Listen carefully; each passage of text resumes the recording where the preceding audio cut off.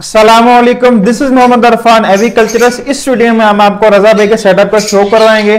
इनके पास मतलब high mutation लगी है लवबर्ड में, और इनसे पेयर बाय पेयर दिखाएंगे इनके पास कौन कौन सी म्यूटेशन लगी है। इनके आगे रिजल्ट भी पूछेंगे कि इन म्यूटेशन के आगे रिजल्ट क्या आएंगे।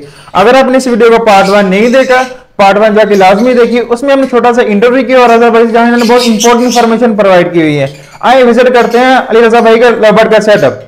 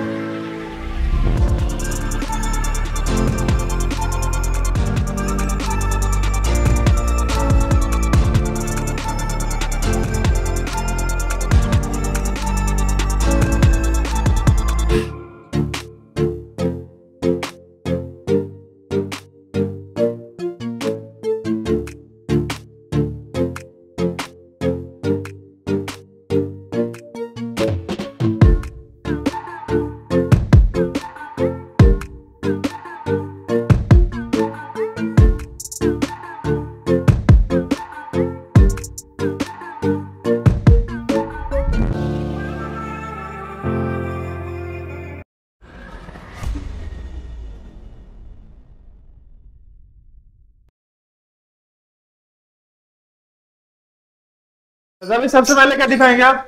जी मैं सबसे पहले आपको ब्लू ओपलाइन इनटू पार ब्लू यूविंग ओपलाइन का पेयर दिखाता हूँ जी। ये आप देखें जी, ये ब्लू ओपलाइन का मेल और पार ब्लू यूविंग ओपलाइन की जो है वो फीमेल यहाँ पे लगी हुई है। तो इनके रिजल्ट वगैरह क्या आएंगे रजा भाई? इसमें से पार ब्लू ओपलाइन, ब्लू यूविंग ओपलाइन, पार ब्लू यूविंग ओपलाइन इस तरह आएंगे जी। आप क्या दिखाएंगे रजा भाई? अब ये है जी, ये ब्लू फिशर है और उसके साथ पार ब्लू यूविंग ओपलाइन का पार ब्लू यूविंग का पेयर है। तो इनके रिजल्ट क्या आएंगे रजा भाई? इससे ब्लू फिशर आएगा, ब्लू यूविंग फिशर आएगा, पार ब्लू आएगा, पार ब्लू यूविंग आएगा। आपने केस साइज क्या दिया रजा भाई ने? इनको मैंने 1.5 बाय 1.5 बाय 3 का साइज दिया हुआ जी। तो क्या कहते हैं आइडियल केस साइज कितना होना चाहिए? इतना ही होना चाहिए। अगर किसी के पास स्पेस कम है तो वो कितना केस साइज लगा सकते हैं? ये इस तरह है जी, ये फ्लाइट केज और ब्रीडिंग केज दोनों एक ही है। जब ब्रीडिंग सीजन खत्म हो जाता है तो मैं इनको जो है वो अलग से फ्लाइट केज में नहीं छोड़ता। यही मेरा फ्लाइट केज है, यही मेरा ब्रीडिंग केज है। ओके रजा भाई, आप कितने क्लच ले रहे होते हैं बर्ड से? एक सीजन में एक बर्ड से मैं 4 से 5 क्लच ले रहा होता हूँ। तो ज्यादा से ज्यादा कितने लेने चाहिए? 4-5 लेने चाहिए, इससे ज्यादा कम लेने चाहिए, ज्यादा लेने चाहिए? नहीं जी, सिर्फ 4 से 5 से ज्यादा हमें नहीं जाना चाहिए। फिर बर्ड भी कमजोर होता है और आगे जो बच्चे आते हैं वो भी कमजोर होते हैं। अब क्या दिखाएंगे रजा भाई? अब आगे चलते हैं जी। आपको ये ब्लू ओपलाइन के साथ ग्रीन ओपलाइन स्प्लिट पार ब्लू की फीमेल, और ये आपका ब्रीडर पेयर है? जी ये मेरा ब्रीडर पेयर है। ये पिछले साल भी मेरे पास था। तो इसने क्या रिजल्ट क्या दिए थे पिछली दफा आपको? इससे ग्रीन ओपलाइन भी आता है, इसमें से ब्लू ओपलाइन भी आता है, पार ब्लू ओपलाइन भी इसमें से आता है। और एवरेज क्या दी थी, कितने बच्चे निकाले थे इसने? इसने 4 की एवरेज दी थी मुझे, 4। और बच्चों की रेशो क्या है इनके? बच्चों की रेशो एक पेड़ से इस पेड़ में 16 बच्चे माशाल्लाह। आप क्या दिखाएंगे रजा भाई? अब आप आगे आ जाइए। Green opaline split blue split dilute का मेल और ब्लू यूविंग डाल्यूट स्प्लिट ओपलाइन की फीमेल। तो ब्रीडिंग आपके पास आ गई रजा भाई? नहीं, अभी तो बॉक्स मैंने लगाए हैं। अब को 15-20 दिन लग जाएंगे ब्रीडिंग आते आते। नेस्टिंग इन्होंने कर ली हुई है, अब लेंग स्टार्ट हो जाएगी कुछ दिनों तक। तो आपने रजा भाई बॉक्स इतनी देर से इंस्टॉल किए हैं, तो इसके रीजन क्या है? जी मैंने बॉक्स का जो साइज थोड़ा सा बढ़ा दिया है इस मरतबा।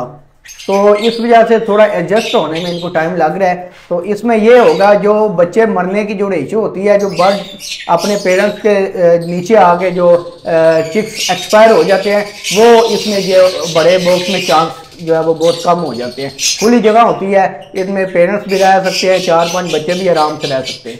तो रजा भाई जो दाना आप रोज दे रहे होते हैं कि 2-3 दिन के बाद चेंज कर रहे होते हैं आप? रोज गिला नागा दाना इनका जो है वो मैं चेंज करता हूँ जी। रूटीन वाइज दाना चेंज करना चाहिए। वो लोग जो रूटीन वाइज दाना चेंज नहीं करते, वो फिर सोकड़े का इशू का शिकार हो जाता है बर्ड जी। अब क्या दिखाएंगे रजा भाई आप? अब आ गया है जी, ये ग्रीन फिशन के साथ मेरा जो है अल्बाइनो ब्लैक की फीमेल है। ये मेरा फोस्टिंग पेयर है। तो फोस्टर पेयर की सिलेक्शन कैसे करनी चाहिए रजा भाई? इनकी डेट आपको पता होना बहुत ज़्यादा ज़रूरी है।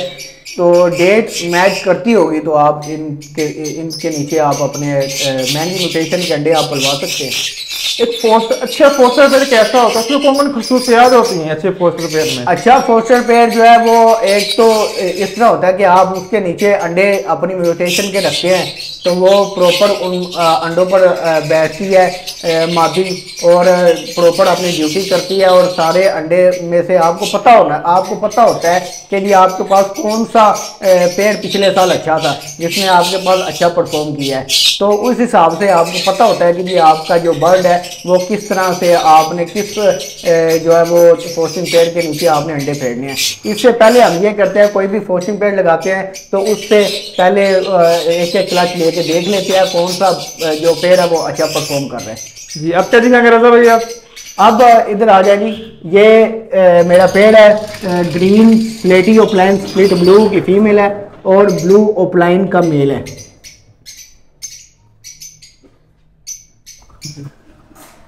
तो रजा भाई आप क्या दिखाएंगे?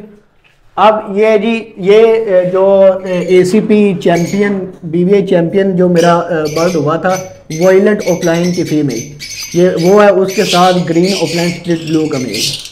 रजा भाई स्टिक माशाल्लाह ये दी हुई है ऐसी, तो इसका पर्पज क्या? आपकी स्टिक मुझे बड़ी अच्छी लगी। ये जी स्टिक मैंने जो दरख्त के जो टानियाँ होती हैं वो तोड़ के मैंने लगाई हैं, ताकि जो नेचुरल फील है वो बरकरार रहे। और दूसरा ये है कि जब ये ब्रीड करते हैं तो स्टिक जो है वो मोटी और होनी चाहिए, हिलनी नहीं चाहिए। तो ये एक इसका प्लस पॉइंट है कि इस पे ब्रीड बड़ी अच्छी जो है वो बर्ड की आ जाती है, इन ब्रीड का इशू खत्म हो जाता है। और मोटाई तकरीबन कितनी होनी चाहिए स्टिक की? इसकी तकरीबन एक जो उंगल से ज़्यादा मोटाई होनी चाहिए। जी। अब क्या दिखाएंगे रजा भाई आप? अब आ जाए जी, ये एक और पेड़ है ब्लू डबल फैक्टर मिस्टी और ग्रीन डबल फैक्टर मिस्टी। तो इसके रिजल्ट क्या आएंगे रजा भाई? इसके ब्लू डबल फैक्टर मिस्टी, ग्रीन डबल फैक्टर मिस्टी। और सॉफ्ट फूड में क्या दे रहे हैं रजा भाई आप इन्हें? सॉफ्ट फूड में मैं इन्हें इस टाइम मिक्स सब्जी और मिक्स जो है वो दालें दे रहा हूँ। कौन सी दाल दे रहे हैं आप इन्हें? जो आम आप परचून की दुकान से जाके जो आप दालें खरीदते हैं, वो जितनी भी दालें हैं उनके पास होती हैं, वो सारी आप मिक्स करवा लेते हैं और उनको 24 घंटे आप भिगो के रखते हैं, फिर उसके बाद आप इनको सर्व कर देते हैं। जी। आप क्या दिखाएंगे रजा भाई आप? अब आगे जी, ये मेरा पेड़ है पार ब्लू पेल इनटू ब्लू फिशर स्प्लिट पेल स्प्लिट ओपलाइन। जी। ब्रीडर पेयर आप कर रहे हैं? जी ये ब्रीडर पेड़ है। तो आपने मोस्टली पेयर परचेज किया कि आपके घर की ही ब्रीड है ये? जी इनमें से जो न्यू म्यूटेशन है, जैसे स्लेटी है, पेल है, डाइल्यूट है, ये मैंने परचेज किए हैं, बाकी मेरी होम ब्रीड है। तो रजा भाई जैसे आपने माशाल्लाह 4 खाने दिए हुए हैं, तो क्या जैसे परफॉर्मेंस सबसे ऊपर वाले खाने की आ रही होती है वैसे सबसे नीचे वाले खाने की आ रही होती है? जी जी बिल्कुल इसी तरह ही है। प्रॉपर लाइटिंग होनी चाहिए, लाइटिंग होगी तो हर खाने की ब्रीड एक जैसी आएगी आपको। जी। आप क्या दिखाएंगे रजा भाई आप? अब ये है जी अल्बाइनो ब्लैक आई का पेड़ है, ये मेरा पोस्टिंग पेड़ है। रजा भाई इनकी रेट वगैरह क्या जा रहा है अल्बाइनो ब्लैक आइज का? अल्बाइनो ब्लैक आई का इस वक्त जो है वो बड़ा जो पेड़ है वो 8,000 जा रहा है मार्केट में, और जो छोटा है वो 6,000 जा रहा है। जी। तो इनका बच्चा कितनी देर में सेल्फ हो जाता है? 3 माह में बच्चा सेल्फ हो जाता है। और रिंग कितनी देर के बच्चे को डालना चाहिए? 15 से 20 दिन के बच्चे को रिंग डाल देना चाहिए। अगर इससे बड़ा हो जाए तो?